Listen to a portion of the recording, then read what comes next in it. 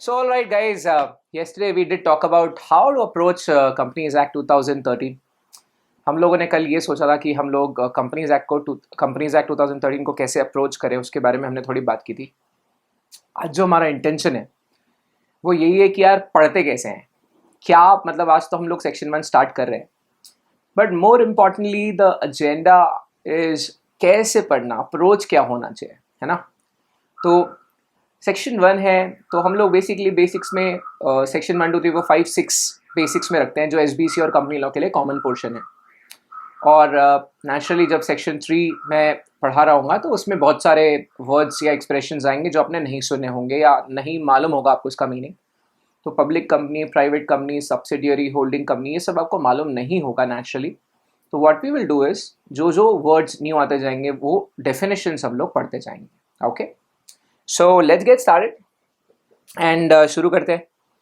तो सबसे पहले तो यार बेसिकली हम लोगों ने आज बेसिक्स का सेशन है ये आज एक. So officially this is a basic session wherein we are going to discuss the basic sections, that is section 1, section 2, section 1 and 3 4 5 6 7. तो ये सेक्शंस होंगे जो हम लोग पढ़ रहे होंगे. तो बेसिक्स का बेसिक सेक्शंस के लिए हम लोग मिले हैं आज. सेक्शन 1, 3, 4, 5, 6 ये सेक्शंस हम लोग साथ में पढ़ने वाले हैं. Fair enough. तो यार सबसे पहले तो ना मैं आपको ये बताना चाहूँगा कि आपको ना ये समझना पड़ेगा कि चीज़ों को पढ़ते कैसे हैं, क्योंकि what I have figured out is there are a lot of people who don't understand कि चीज़ों को कैसे पढ़ना है. या जब कंपनीज एक्ट बच्चे रीड करते हैं, जब कंपनीज एक्ट 2013 के प्रोविजंस को रीड कर रहे होते हैं, जब सेक्शंस को रीड कर रहे होते हैं, तो बहुत बार बच्चे समझ नहीं पाते कि हमें सिर्फ रीड करने से क्यों नहीं समझ आ रहा है. क्योंकि I feel most of us are aware about the language, थोड़ा थोड़ा इंग्लिश तो सबको मालूम है. तो फिर ऐसा क्यों होता है कि रीड करने के बाद भी हम लोग को, जैसे मैंने कंपनीज एक्ट 2013 के प्रोविजंस रीड किए तो हमें समझ नहीं आती बहुत सारी चीज़ें. तो दैट इज़ द रीज़न आज का जो सेशन है वो इसलिए है कि हमें कैसे पढ़ना है, पढ़ना कैसे है उसके ऊपर सेशन है. ओके, सो कैसे पढ़ना है उसके ऊपर हम लोग बात करने वाले हैं. तो क्या होता है ना क्लास, 3 चीज़ें जिसपे मैं बहुत फोकस करता हूँ वो है number 1 the content,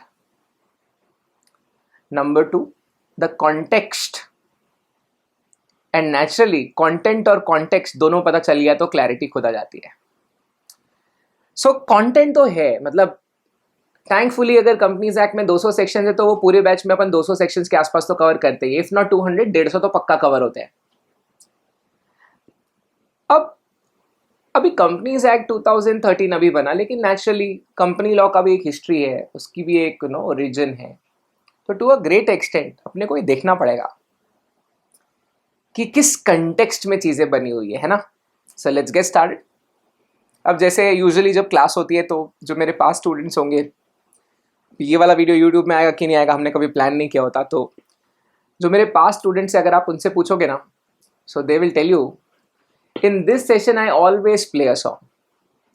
Now why I play a song is because I have to tell you कि चीज़ों को पढ़ना कैसे चाहिए, किस तरह से चीज़ों को रीड करना, किस तरह से चीज़ों को पढ़ना, ये बहुत इंपॉर्टेंट हो जाता है, बहुत रेलेवेंट हो जाता है. तो प्लीज़ अंडरस्टैंड. अब अगर मैं आपको बोलूँगा कि आप लॉन्ग वर्ड को, मतलब ये जो एक्सप्रेशन है, जो वर्ड है लॉन्ग, अगर मैं आपको बोलूँगा ये लॉन्ग वर्ड है और आप इसको बहुत जल्दी से बोल के बताओ, तो आप बोल पाओगे कि ट्राई करो? लॉन्ग नहीं बोल पाओगे, उसका मीनिंग खत्म हो जाएगा, उसका कंटेक्स्ट लॉस्ट हो गया. अगर मुझे बोलना शॉर्ट या शॉर्ट, तो मैं उसको शॉर्ट नहीं बोल सकता, क्योंकि अगर मैं शॉर्ट बोलूंगा तो शॉर्ट वर्ड का मीनिंग खत्म हो जाएगा, इसलिए it is short not long. So her word का एक स्पेसिफिक इमोशन होता है. हर वर्ड को जब आप रीड करोगे, हर वर्ड का एक स्पेसिफिक इमोशन होता है, और उस इमोशन के साथ आप अपन को वो हैबिट में आना है कि हम जब कोई भी चीज़ को रीड करें तो हम हर वर्ड को उसके इमोशन के साथ रीड कर पाएँ. हर वर्ड को उसके इमोशन के साथ जब हम रीड कर लेंगे तब शायद चीज़ें हमें रीड करते साथ समझ में आने लग जाएगी. अभी फॉर एग्जाम्पल दिस सॉन्ग, मैंने जो आपको बोला कि हम लोग क्लास में हमेशा एक गाना प्ले करते हैं, अभी एक गाना है which is from the movie okay जानू, विच इज बेसिकली एक मूवी है, साउथ इंडियन मूवी थी, उसका रीमेक था या उसका एडेप्टेशन था। तो उसमें एक गाना है कि इन्ना सोना क्यों रब ने बनाया। अब ये जो गाना है, जब ये ए आर रहमान गाता है, तो ए आर रहमान का जो वर्जन है उसका डेप्थ ही अलग है, क्योंकि इन्ना सोना क्यों रब ने बनाया is a question. So basically whoever is the singer is asking a question to God कि ऐसा कैसे पॉसिबल है, किसी को इतना अच्छा कैसे बना सकते हो। सो इन्ना सोना क्यों, तो क्यों पे बहुत स्पेसिफिक पिच होती है।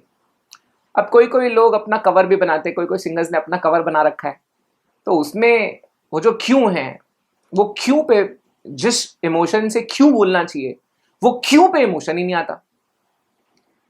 तो what happens is that song loses its flavour the moment that emotion is gone, है ना। So there is always an emotion related to a word. जब भी कोई वर्ड आप प्रोनाउंस करें, जब भी कोई वर्ड रीड करें, रीड करते करते भी उसको इमोशन को फील करना जरूरी है ना। अब मैं आपको बोलूंगा कि धीरे धीरे से मेरी जिंदगी में आना, इस गाने को आप फास्ट गा के दिखाओ, तो आप कैसे गा पाओगे क्या। ट्राई करो, आप घर पे बैठे होगे, अकेले बैठे होगे, तो क्लास में तो बहुत बच्चे शर्मा जाते हैं। आप अकेले बैठे होगे, एक काम करो, ट्राई करो ये गाने का, फास्ट में गाने की ट्राई करना कि धीरे धीरे से मेरी जिंदगी में आना। अभी गाने का इमोशन ये है कि धीरे धीरे आना भाई। अब आप बोलोगे धीरे धीरे से मेरी जिंदगी आना, तो it will lose its flavour. So बिल्कुल वैसे ही जब आप कंपनीज एक्ट 2013 के प्रोविजंस को रीड करना स्टार्ट करते हैं, जब आप कभी भी लॉ पढ़ना स्टार्ट करते हैं, तो हर एक वर्ड है, उस वर्ड की इमोशन को समझना ज़रूरी है, उस एक्सप्रेशन को समझना ज़रूरी है, और उस एक्सप्रेशन के साथ उसको रीड करना, उस एक्सप्रेशन को फील करके रीड करना, तो ही उसका जेन्युइन आपको प्रोविजन का मीनिंग समझ में आएगा या उसका कंटेक्स्ट समझ में आएगा, है ना। सो आ जाओ यार, थोड़ा मज़े करते हैं, सेक्शन 1 शुरू करते हैं। तो कैसी दिखती है कंपनीज एक्ट, सेक्शन याद नहीं होते, होते नहीं होते। एक काम करता हूँ, डर लो, जितना डरना है डर लो।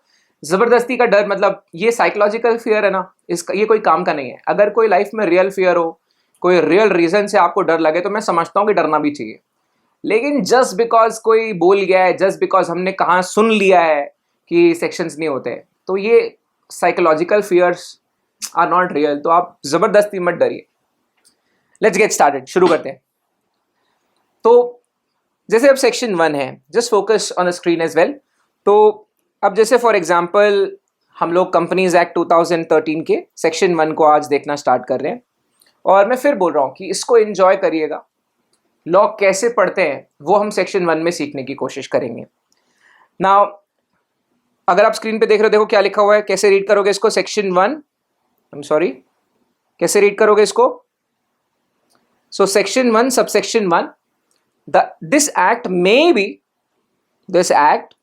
be,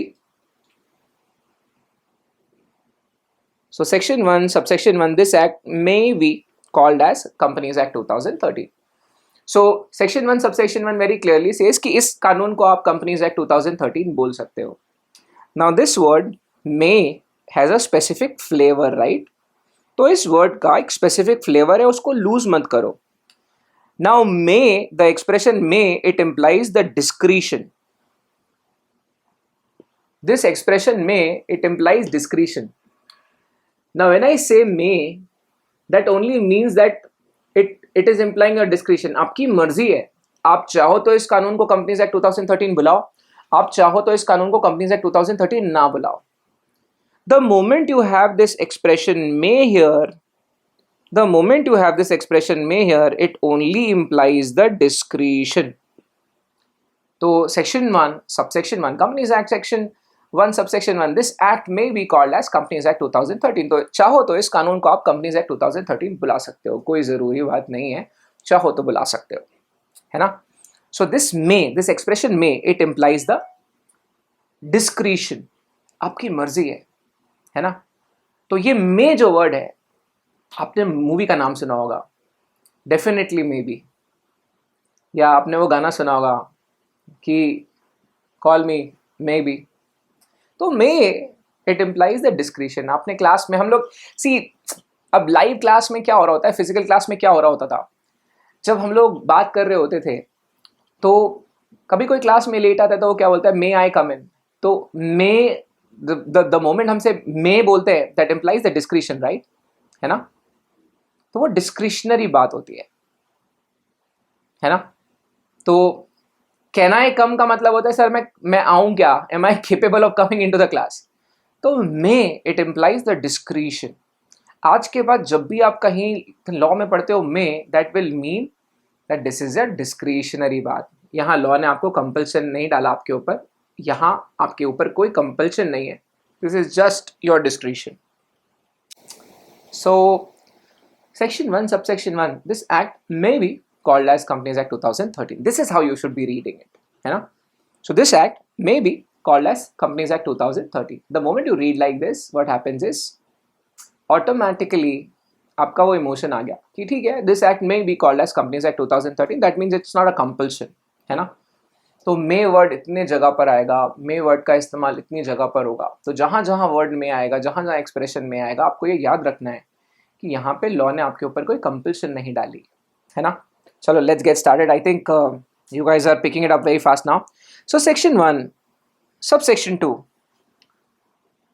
नाउ कंपनीज एक्ट 2013 कानून बन तो गया, अब उसकी एप्लीकेबिलिटी कहाँ कहाँ है? So section 1 subsection 2 what it says is it extends to the whole of India. तो इसको रीड कैसे करेंगे?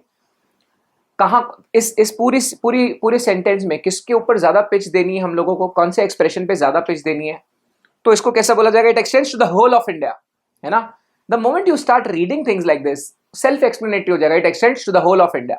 The moment you say this, it extends to the whole of India, it is very clear that this is applicable to the whole of India, है ना? सो बहुत simple है। आप देखो पिच कहां करनी है, it extends to the whole of India, इसका मतलब ये कानून पूरे हिंदुस्तान में लागू होगा। Fair enough? बहुत ईजी है, यही है सेक्शन 1। लोग फालतू में शॉर्टकट्स ले रहे होते, क्यों गली गली से जाना? आपको गली गली में छोटे छोटे गड्ढे आएंगे, ट्रैफिक होगा। हाईवे पकड़ो, थोड़ा लंबा रूट है, लेकिन एटलीस्ट आपकी गाड़ी के शॉकअप नहीं खराब होते, आप लंबे अवधि में मार नहीं खाते। शॉर्टकट्स लेके आप क्या कर लोगे, है ना? तो सेक्शन 1 से शुरुआत नहीं करोगे तो मजा कैसे आएगा, है ना? हमेशा एक माइंड में फियर रह जाएगा, अरे पता नहीं क्या होता है, कैसे होता है। तो इसीलिए सेक्शन 1 से शुरू करना चाहिए। फर्दर, अब अगर मैं आपको बोलूंगा ना सेक्शन 3 रीड करने के लिए, तो देखो मैं आपके सामने स्क्रीन पे सेक्शन 3 को रख रहा हूँ, एक बार ट्राई करो इसको रीड करने का, ठीक है? पॉज कर लो एक बार, और पॉज करके सेक्शन 3 को आप रीड करो, है ना? तो आई बिलीव कि अभी आपने पॉज हटा दिया है। अगर आपने बिना रीड के पॉज हटाया हुआ है तो पहले पॉज करो, रीड करो, फिर मेरी बात सुनना। तो आपने अभी एक बार रीड किया, ठीक है? आई अज्यूमिंग कि आपने एक बार रीड कर लिया होगा। तो आपने पता है कैसे रीड किया होगा? This section shall come into force at once and the remaining provisions of this act shall come into force on such date as the CG may by notification in official gazette appoint, and different dates may be appointed for different provisions of this act, and any reference in provision to the commencement of this act shall be constitute। ऐसे आपने read किया होगा। अभी ये तरीके से read करोगे तो ये सेक्शन कभी समझ में नहीं आएगा, है ना? तो provisions of law, you know, long sentences without full stops, ये बहुत कॉमन बात है। तो इसको रीड करने का क्या सही तरीका है? एक बार ट्राई करते हैं, आ जाओ। यहां पे पहली बार आपकी लाइफ में वर्ड आने वाला है shall. Now shall is a very heavy word, it's a mandate, you know. Here the legislation or the statute, it demands your attention. The moment this expression shall is used in law, it demands your attention. Now, I'm just trying to tell you the right approach of reading it. So let me just read it for you. Please focus. Along with me, you guys can also read. तो साथ साथ में आप read करके देख लो और समझ लो कि इसको कैसे पढ़ा जाएगा। आज का तो मैं आपको बोल रहा हूँ ना, मेरा इंटेंशन सिर्फ ये है कि ये समझा जाए कि पढ़ते कैसे हैं। So this section shall come into force at once, and the remaining provisions of this act shall come into force on such date as the CG may, by notification in the official gazette, appoint, and different dates may be appointed for the different provisions of this act, and any reference in any provision to the commencement of this act shall be construed as a reference to coming into force of that provision. अब जब आप ऐसे पढ़ोगे तो आधी चीजें आपको ऐसे ही क्लियर हो जाएगी कि इसका मीनिंग क्या है ना? तो राइट जगह पे पॉजेज लेना, राइट वर्ड्स के ऊपर ज्यादा इम्फेसाइज करना, इससे क्या होता है, रीडिंग करते करते ही चीजें समझ में आ जाती है ना? तो ये कैसे होगा? वो तो ऑफकोर्स जितना ज्यादा अपन रीड करेंगे, जितना ज्यादा आप हैबिचुअल हो जाओगे, जितना ज्यादा आपकी रीडिंग होगी, उतना बेहतर होते जाओगे आप। बट फिर भी अगर थोड़ी गाइडेंस से हम इस प्रोसेस को थोड़ा, you know, as a catalysing mechanism, अगर हम इस गाइडेंस को यूज कर ले तो I will be the happiest. So this section shall come into force at once, and the remaining provisions of this act shall come into force on such date as the CG may, by notification in the official gazette, appoint, and different dates may be appointed for the different provisions of this act, and any reference in any provision to the commencement of this act shall be constituted as reference to coming into force of that provision. तो शायद ऊपर की दो subsections आपको बहुत आसानी से समझ गए, लेकिन इसमें शायद उतना आप स्मूथली नहीं समझ पा रहे होंगे. The reason is very simple. इस सेक्शन में एक कंटेक्स्ट है जिसके बारे में शायद आपको नहीं मालूम है, इसीलिए आपको दिक्कत जा रही है रीड करने में. अब जब मैं CS बना तो 2012 फेब में मेरा जो रिजल्ट आया उसमें मैं पास हो गया. दैट मीन्स फंडामेंटली 2011 दिसंबर के बाद मैंने एग्जाम्स नहीं दी CS की. आफ्टर दैट मेरी इंटर्नशिप भी तब तक खत्म हो गई थी. मैंने एग्जीक्यूटिव के बाद तुरंत इंटर्नशिप शुरू कर दी थी. नागपुर में ही इंटर्नशिप हुई है मेरी. गडकरी जी की एक ऑर्गेनाइजेशन है पूर्ति ग्रुप करके, उसमें आई was working. And thankfully, I would like to admit that my boss or my senior Radhika Agrawal ma'am was very kind to me. So there is some, of course, she has also mentored me. तो उनका भी बहुत role है. अब क्या होता है class, जब कंपनीज एक्ट 2013 नया नया आया, अरे यार कम से कम नागपुर में ही 50 कॉन्फ्रेंसेज हो गई थी यार 2013 एक्ट पे. एंड यार मुझे मालूम है कि हम जब CS कर रहे होते तो हम लोग घर पे बैठे होते हैं, डिस्टेंस लर्निंग का मैकेनिज्म होता है. तो मुझे ये बात मालूम थी कि कहीं ना कहीं मेरी तरफ से सेल्फ मोटिवेशन बहुत ज़्यादा इंपॉर्टेंट होगी, क्योंकि कोई डंडा पकड़ के बैठा नहीं हुआ है पढ़ाने के लिए, है ना. तो थोड़ा सेल्फ मोटिवेशन ज़रूरी था. और मैंने सोच के रखा था कि मैंने खुद के लिए एक एजुकेशन बजट बनाया था, क्योंकि CS में जो एक्सपेंसेस थे बहुत कम थे. तो पूरा CS मेरा कितने में कंप्लीट हुआ है ना, 12,000 10,000 एग्जीक्यूटिव का ICSI का फीस तो उस टाइम तो 7,500 होता था. अभी आपके में 10,000 12,000 है. और कोचिंग भी मैंने कैप्स में पहले पढ़ा था, और फिर मैंने नागपुर में ही अकाउंट्स और टैक्स के लिए वापस से मुझे क्लासेस लगी थी, बिकॉज मेरा वीक था सब्जेक्ट. तो अब जब कंपनीज एक्ट 2013 बन रहा था, तो मुझे मालूम था कि यार सचिन पायलट उस टाइम में मिनिस्ट्री ऑफ कॉर्पोरेट अफेयर्स का मिनिस्टर था.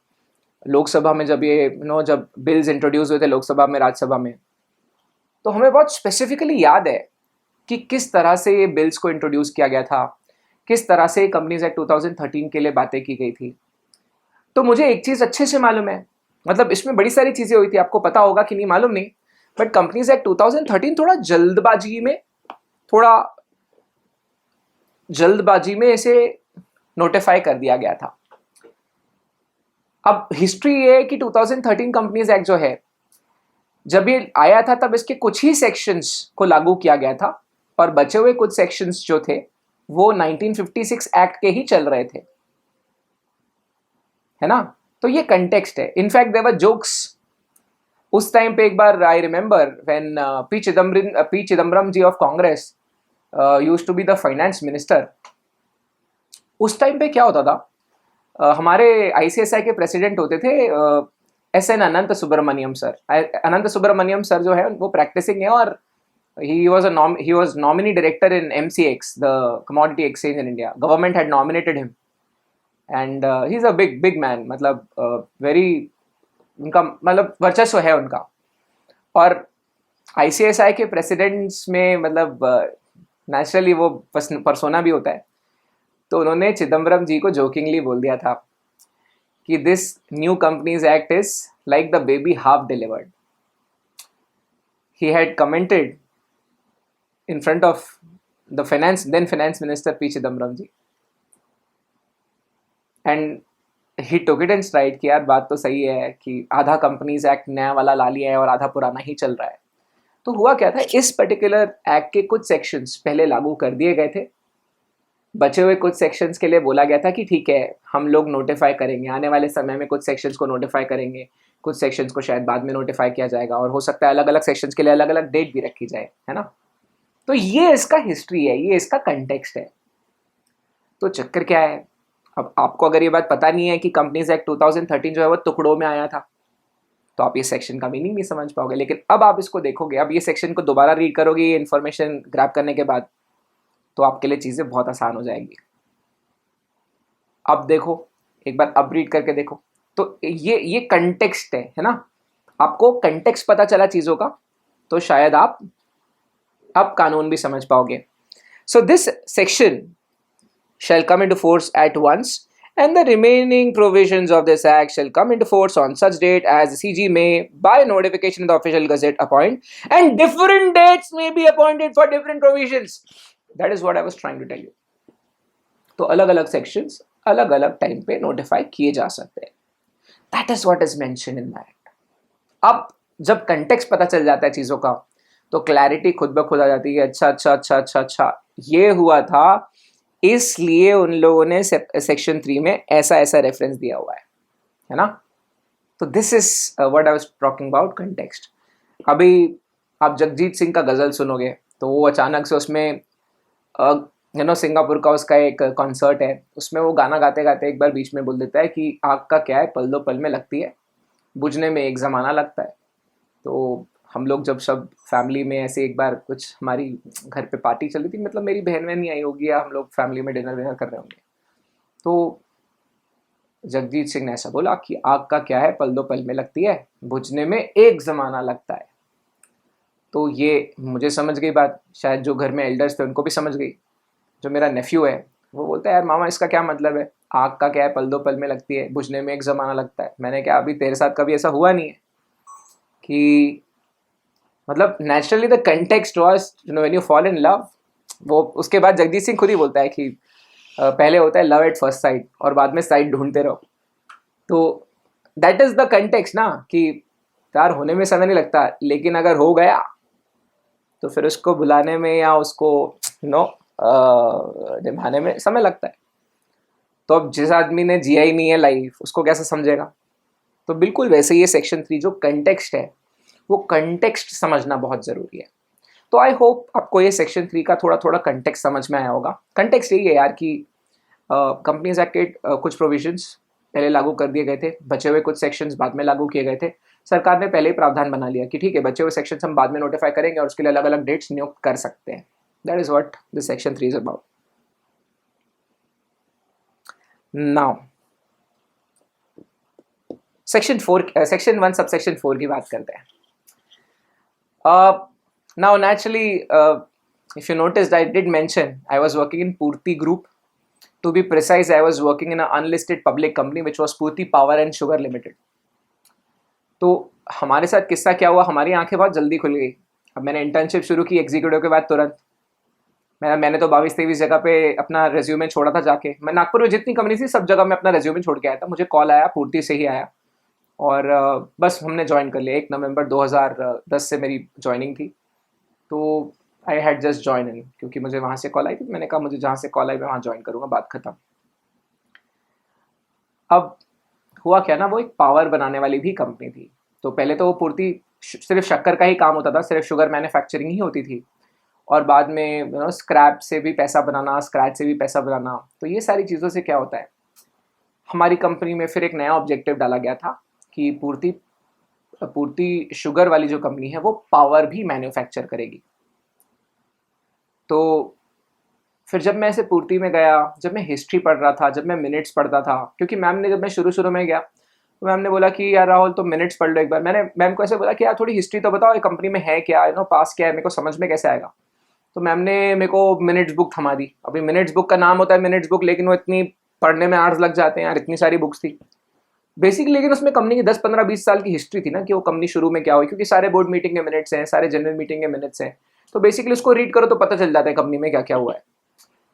तो when I was going through that, तो मुझे पता चला कि टाटा पावर के भी एक डायरेक्टर हमारे यहाँ काम करते थे, और electricity act 2003 I am sorry, electricity act 2003 बड़ा इंपॉर्टेंट था.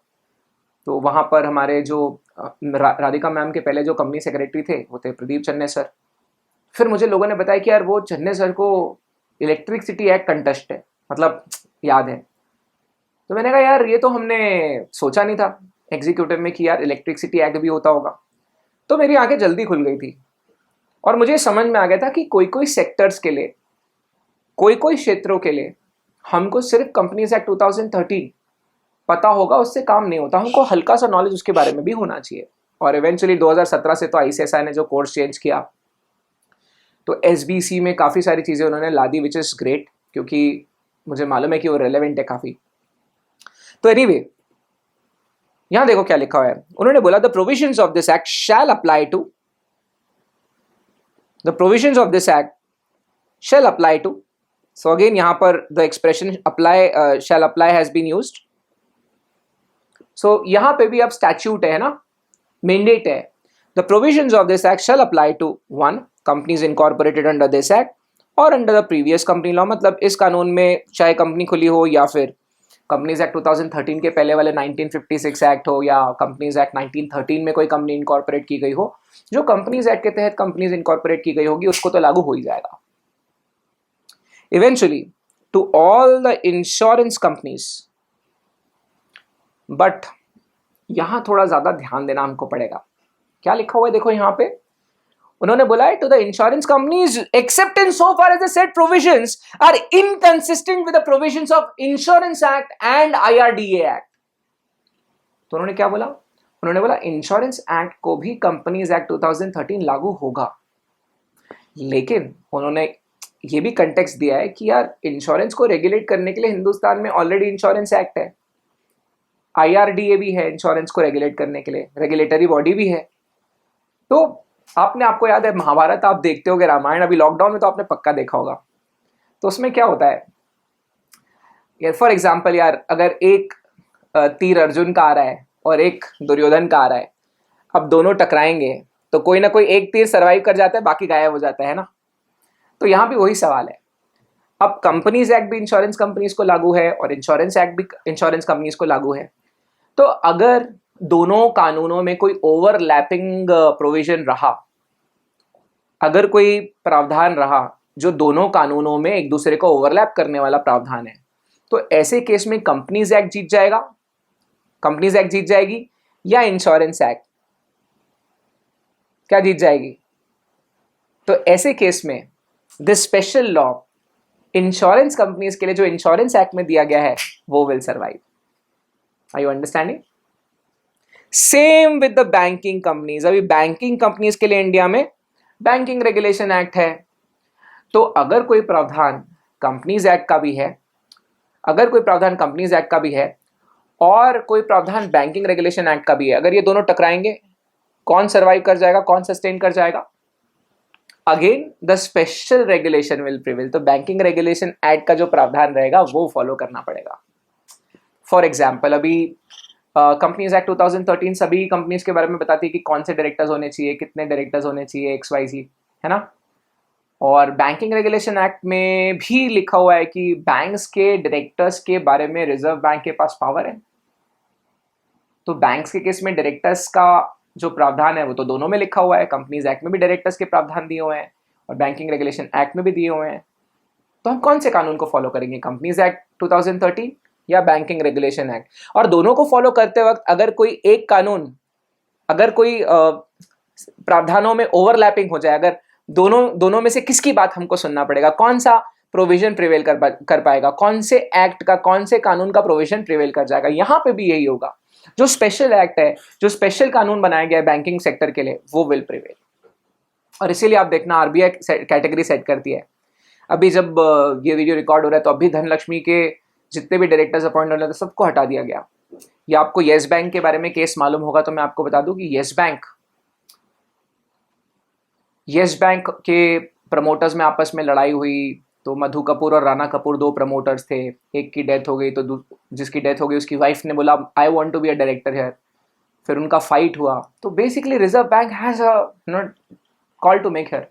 तो इसीलिए बैंकिंग रेगुलेशन एक्ट यहां प्रिवेल कर जाएगा। तो बैंकिंग कंपनीज के ऊपर कंपनीज एक्ट तो लागू होगा, इंश्योरेंस कंपनीज के ऊपर इंश्योरेंस एक्ट तो लागू होगा, लेकिन जहां कंपनीज एक्ट 2013 और इस प्रकार के स्पेशल प्रावधानों में टकराव होगा वहां स्पेशल प्रावधान प्रिवेल कर जाएंगे।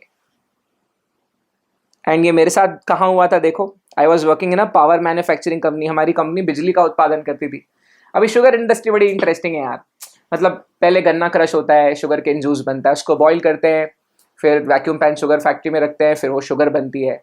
जो गन्ना बचा हुआ रहता है उसको और क्रशिंग करते हैं, जो एकदम कुछ बचा नहीं होता उसको और क्रश करते हैं, तो उससे लिकर बन जाती है। तो हम लोग डिस्टिलरी फैक्ट्री भी चलाते थे। तो विजय माल्या की कंपनी के वेंडर्स थे हम लोग। हर महीने 5 करोड़ रुपए का डिस्टिलरी नागपुर से जाता था वहाँ पे, वो भी बड़ा इंटरेस्टिंग था।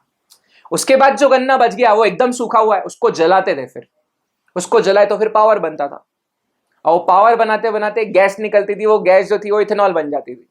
तो बेसिकली कुछ वेस्टेज नहीं होता। और गडकरी जी हैं तो लेजेंडरी, देखो मान लो कि थोड़ा बहुत तो गलतियां सबसे होती होगी, लेकिन इंटरेस्टिंग आदमी है। मतलब हमने काफ़ी कारनामे देखे हैं उनके, अच्छे इंटरेस्टिंग काम किए हुए हैं उन्होंने, और यहाँ के किसानों के लिए भी कुछ कुछ किया है उन्होंने। और मैं बहुत न्यूट्रल होके बोल रहा हूँ, मेरा कोई किसी से लेना देना नहीं है, ना मेरा कोई इंटरेस्ट है किसी से। तो इलेक्ट्रिसिटी एक्ट 2013, इलेक्ट्रिसिटी एक्ट 2003, बिजली बनाने वाली कंपनीज को कंपनीज एक्ट 2013 तो लागू होगी ही होगी, साथ ही साथ इलेक्ट्रिसिटी एक्ट 2003 भी फॉलो करना पड़ेगा। और अगर इलेक्ट्रिसिटी एक्ट और कंपनीज एक्ट के प्रावधान टकराएंगे, फिर से कौन जीत जाएगा? ये जो स्पेशल प्रावधान है इलेक्ट्रिसिटी एक्ट, वो फॉलो करना पड़ेगा। So basically, the provisions of Companies Act 2013 will be applicable to the banking companies, to the insurance companies, and to the electricity generation companies or power generating companies, but so far as they are not inconsistent with the provisions of Companies Act 2013. और अगर किसी particular company के लिए कोई special कानून बनाया गया है तो उसको भी कंपनीज एक्ट लागू होगा, लेकिन जब ओवरलैपिंग होगी कंपनीज एक्ट के प्रावधानों के बीच और स्पेशल एक्ट के बीच, ऐसे केस में स्पेशल एक्ट प्रिवेल कर जाएगी। State bank of India act है ना, तो एसबीआई जो है उसके लिए एक state bank of India act भी बनी हुई है ना। तो एक बार ना नागपुर में एक सर आए थे, बी रंगनाथन सर, हमारे जय सर इडलवाइस में काम करते थे, तो इडलवाइस के जो कंपनी सेक्रेटरी वो बी रंगनाथन सर, लेजेंडरी आदमी है, बहुत बढ़िया आदमी है। तो उनका एक सेशन चल रहा था, तो उन्होंने नागपुर में रेडिसन में कॉन्फ्रेंस था, वहाँ की बात बता रहा हूँ, तो हम भी गए थे अटेंड करने। तो सर ने स्टेज से पूछा था कि जो सेबी के प्रावधान है उसमें एंटिटीज वर्ड क्यों यूज करते, कंपनीज वर्ड क्यों नहीं यूज करते। मेरे को नहीं मालूम था फ्रैंकली स्पीकिंग, मतलब मैं क्वालिफाई हो गया था उसके बाद मुझे नहीं क्लिक हुआ था। तो फिर सर ने बोला क्योंकि एसबीआई जो है वो स्पेशल एक्ट के द्वारा बनी गई, तो उसको एंटिटी में सब कवर हो जाते हैं। फिर तो स्टेट बैंक ऑफ इंडिया है, उसके लिए state bank of India act बना हुआ है, तो what about these companies like this या एंटिटीज लाइक दिस। तो ऐसे केस में अगर कोई स्पेशल एक्ट है किसी कंपनी के लिए, एंटिटी के लिए, तो वो special act will prevail. I hope you got a fair idea about section 1 subsection 4 also. Again you know this was custom made, ये आपके लिए बहुत कस्टमाइज करके मैंने ये फाइल लाई थी, और मैं चाहता तो मैं सीधा बेयर एक्ट को भी दिखा सकता था। I had all the intentions, but I just wanted to talk about किस चीज़ को कैसे रीड करना चाहिए, नो कैसे अप्रोच करें हम लॉ को, किस तरह से पढ़ना शुरू किया जाए, सिर्फ उसके बारे में मुझे बात करनी थी। तो इसके बाद मैं देखो 2 गाने की क्लिप्स चला रहा हूँ, एक बार सुनो और देखो कितना फ़र्क है इसमें, है ना। तो दिस सॉन्ग इन्ना सोना क्यों रब ने बनाया has been sung by AR Rahman, और AR रहमान जी ने गाना गाया हुआ, तो इसकी 2 लाइनें मैं सुना रहा हूँ, आप देखना इन्होंने जो एक्सप्रेशन क्यों है, क्यों इज अ क्वेश्चन मार्क, उस पर कितना एम्फेसाइज किया है। ठीक है, तो I am playing this, listen to this. इतना सोना क्यों रब ने बनाया, इतना सोना क्यों रब ने बनाया, इतना सोना क्यों रब ने बनाया, इतना सोना क्यों रब ने बनाया। ठीक है, तो आपने सुन लिया, अब आप दूसरा सुनो। अब ये 2-3 जनरल सिंगर्स ने जो गाया हुआ है मैं वो बजा रहा हूँ, कवर सॉन्ग है basically, not to demean anyone. और वैसे भी अगर AR रहमान से कंपेयर करोगे तो वैसे भी अगर किसी को मैंने कंपेयर कर भी दिया तो उसको भी अच्छा ही लगेगा कि ठीक है यार मेरा कंपैरिजन AR रहमान से ही हुआ है ना। तो ये वाला भी सोना क्यों रब ने बनाया। अब आपने दोनों गाने सुने होंगे तो आपको समझ आया कितना डिफरेंस है। इसीलिए जब कोई वर्ड आप रीड करें, जब कोई एक्सप्रेशन आप रीड करें, तो उसकी इमोशन के साथ रीड करें, है ना। तो अगर आप किसी को बोलते हो यू आर ब्यूटीफुल, तो you have to have that exclamation that you are beautiful, या no, you have to have that emotion, have to have that expression in your mind when you're speaking, otherwise आपकी flare ही नहीं आएगी language पे। तो बस यार यही आज एक छोटा सा सेशन था, और मोर और लेस मेरा इंटेंशन ये नहीं था कि मैं आपको सेक्शन 1 रटा दूँ या याद करा दूँ। मेरा इंटेंशन ये था कि हम एक बेस सेट करें, और आगे के लिए कैसे हमको अप्रोच करनी है चीज़ें, आगे के लिए हमको कैसे पढ़ना है, हम उसके बारे में सोचें, ठीक है। So I hope you enjoyed the session and credits to all the trainers who have taught me, especially आई जो जिनका लैंग्वेज अच्छा नहीं है। मैं बता दूं, मैं भी जो स्कूल से हूँ, हमारा इंग्लिश बहुत अच्छा नहीं था, मतलब रेस्ट इन पीस भी नहीं, रेस्ट इन टू पीस था। तो फंडामेंटली व्हेन वी ग्रेजुएशन में यहाँ पे एक कॉलेज है राइसोनी कॉलेज, वहाँ पे जो टीचर्स थी बहुत अच्छी थी, और फिर हम लोग थर्ड ईयर पुणे से हमें करना पड़ा था। वहाँ पे भी आसपास में जो माहौल था उससे काफ़ी हेल्प हुई। बट सबसे ज़्यादा जो डिफरेंस आया वो आया जब मैंने इन्फोसिस में काम करना स्टार्ट किया। Post BB I was working in Infosys for a year. तो वहाँ पे जो ट्रेनर्स मुझे मिले, स्पेशली एम के उमर, जो मैसूर में मेरी 1 महीने की ट्रेनिंग हुई थी वॉइस एंड एक्सेंट पे या लैंग्वेज पे, फ्लेयर पे, I would all the credits to him. तो मैं उनको ढूंढ नहीं पाया हूँ या वो मुझे मिले नहीं है, मैंने इंटरनेट पे भी ढूंढा कोई कांटेक्ट नहीं है। एम के उमर बहुत लेजेंडरी, मतलब लेजेंडरी ट्रेनर था यार। तो उनकी वजह से काफ़ी मेरे में डेवलपमेंट, मेरी काफ़ी हेल्प हुई है मुझे उनकी वजह से। And then of course there were a lot of other trainers. One was Rajita in Infosys, then one was for a very short stint, 7-8 days, there was one trainer, Samra Badrudoza, who happens to be in touch or only through LinkedIn or some, not, I'm not even distantly in touch. So there were some trainers who have really helped me. So just और CS में of course मैंने पढ़ा हूँ legendary Parasuraman sir से, company law. तो all the credits to them. Anyway, thank you for your time and if you are listening to this, तो आप बताइएगा क्या लगा, कैसे लगा, और इवेंचुअली बताते रहना, आप फीडबैक देते रहना कैसे लगा। तो thank you. I hope most of the students, they download AR Rahman's version after this and they keep on listening to him. Just so that Jasleen royal का भी एक वर्जन है, इन्जॉय करो उसको और अंडरस्टैंड करो कि कितना इम्पॉर्टेंट है किसी वर्ड को, किसी सेंटेंस को पढ़ते वक्त उसके इमोशंस को एब्जॉर्ब करना, otherwise it loses its flavour, है ना। So thank you guys. Soon we'll be meeting for section 3 and section 3 we are going to talk about the incorporation. क्योंकि एक बात तुमने जाने से पहले मैं एक बार बता दूं कि पूरे हिंदुस्तान में आज तकरीबन 12 से 13 लाख कंपनीज इनकॉर्पोरेटेड है। और एक बात मैं आपको बता दूं कि हिंदुस्तान में अगर कंपनी खुलेगी तो एक basic governing section formation of company को लेकर आए, वो सिर्फ और सिर्फ कंपनीज एक्ट 2013 का सेक्शन 3 है। सेक्शन 3 के अलावा there is no provision it provides for formation of the company, incorporation of the company. So next time when we meet, we are going to talk about section 3. So thank you guys. Lovely meeting you. Thank you. Bye.